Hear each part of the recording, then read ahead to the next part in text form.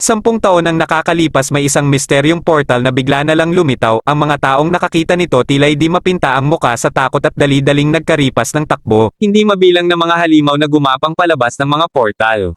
Ang mga sangkatauhan ay walang kapangyarihan para labanan ang mga ito. Gayunpaman ilang mga taong nagsisimulang magising ang mga kanilang tinatagong kakayahan, gumagamit sila ng mga kapangyarihan higit sa ordinaryong tao, tinatawag silang mga hunters na nakikipaglaban sa mga halimaw na lumalabas sa portal. Ang bawat hunters may mga kanya-kanyang status screen na parang nasa laro, makikita nila dito ang kanilang pisikal na istatistika at skills. Nakahanda na sila para puksain ang mga halimaw.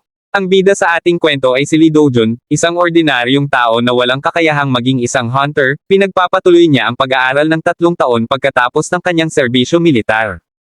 Tumali siya sa Rift Management Agency at naging official na baguhan sa grupo. Si Lee Do-jun ay laging wala sa focus at hindi maayos sa trabaho niya. Ngunit natanggap niya ang kanyang pinakaunang gawain bilang miyembro ng grupo halos 1 taon sa pagsali. Si Do-jun ay excited sa kanyang unang gawain, siya ay naatasang mag-scout ng portal na lumitaw sa distrito ng Gangdong, pero sa kanyang paglingon nabangga siya ng malaking truck.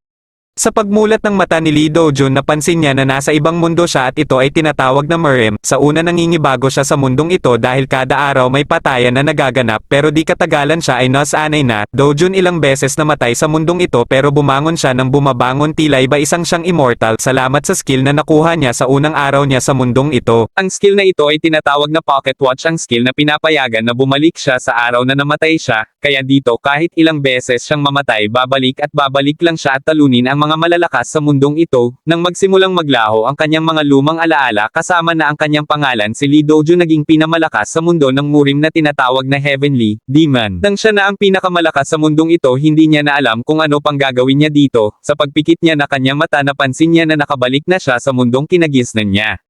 Gulat na gulat ang doktor at nurses at tinatanong kung okay lang ba siya at bumalik siya kung sumakit ang kanyang mga pinsala sa katawan. Napatanong na lang ang nurse sa doktor kung siya ba talaga ang alaking inoperahan ng 17 oras kahapon. Dagdag pa niya, di ba nabangga siya ng malaking truck? Napasabi na lang ang doktor, wala din akong ideya. Sa sobrang tagal niya sa Murim World, medyo malabo na ang memorya niya sa lugar na kinagisnan niya at matatagalan siya bago masanay ulit sa bagong buhay na ito. Sa sobrang lakas niya di niya na kailangan isipin pa ang pera at pagkain pero sobrang dami niyang pinatay sa mundong Murim, pero ilang beses din siyang na-traitor kaya ilang beses niya rin ikinimatay yun kaya nahihirapan na siya magtiwala sa kahit sino, kaya napaisip-isip siya na gusto niya na lang maging ordinaryong tao at tahimik na pamumuhay. Habang papasok ng trabaho si Do-jun, gulat na gulat ang kanyang mga katrabahador. Okay ka lang ba, tanong ng kanyang boss? Sumagot naman ng mabilis si Do-jun na okay lang ako, nakikita niyo naman, pero di pa din sila mapakaniwala na parang walang kagalos-galos sa katawan niya. Napatanong ang kanyang boss, bakit hindi ka na nauutal? Napasabi na lang si Do-jun habang nag-aalanganin sa sagutal, nauutal ba ako dati? Dagdag pa ng kanyang boss, Do-jun ang katawan mo mas lumaki ba kesa dati, anong nangyari?